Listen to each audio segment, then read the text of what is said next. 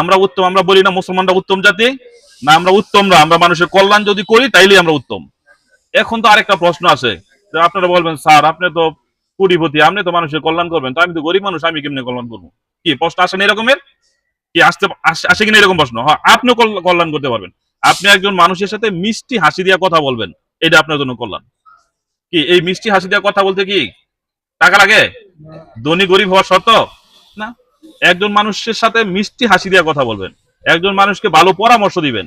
একজনের একটা সমস্যা হয়েছে, আপনি তার কোনো উপকার করতে পারবেন না, আপনি হয়তো বলতে পারবেন ওই জায়গায় গেলে আপনার এই সমস্যাটার সমাধান হবে, তাহলে এটা কি কল্যাণ হইলো না হয় নাই? তা আমাদের মধ্যে একটা ভুল ধারণা আছে, যার টাকা পয়সা আছে সেই মনে হয় কল্যাণ করবে না। যার টাকা, কল্যাণের জন্য টাকা পয়সা জরুরি না। ধরেন আপনি বাড়ির পাশে যেখানে সেখানে আপনি ময়লা ফেললেন, ময়লা ফেলার একটা নির্দিষ্ট জায়গা আছে, ওইখানে না ফেলায় যেখানে সেখানে ফেলাইলেন, এটা কি কষ্টকর না?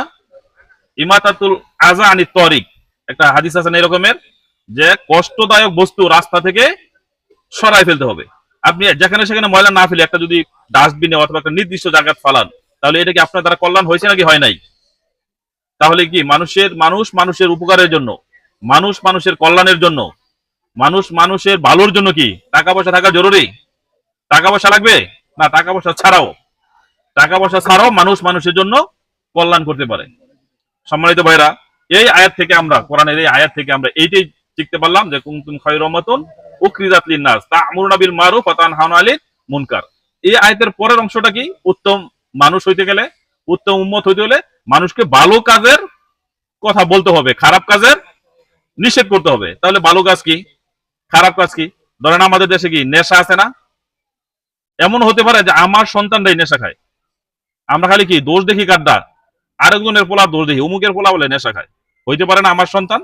প্রথমত আমি আমার সন্তানকে নেশা থেকে দূরে রাখবো, আমি আমার ভাইকে নেশা থেকে দূরে রাখবো, খারাপ কাজ থেকে দূরে রাখবো, আমি আমার পাশের মানুষদেরকে খারাপ কাজ থেকে দূরে রাখবো, চেষ্টা করবো তাদেরকে বুঝাবো, এবং তাদেরকে সৎ কাজের পরামর্শ দিব, ভালো কিছু করার জন্য বলবো, ভালো কাজ করার জন্য বলবো। আমরা কি পারবো এই কাজগুলো করতে ইনশাল্লাহ?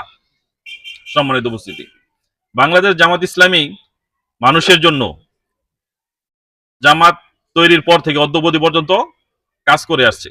জামাত কখনোই ক্ষমতায় যায় নাই পূর্ণাঙ্গভাবে। ক্ষমতায় না গিয়েও আমরা আমাদের নিজেদের ইনকামের একটা অংশ দিয়ে সব সময় মানুষের পাশে থাকি। আমি, কেউ যদি বেশি টাকা ইনকাম করে তাহলেও তার এখান থেকে একটা পার্সেন্টেজ দিয়ে থাকে, যে কম সেও একটা পার্সেন্টেজ দিয়ে মানুষের পাশে আমরা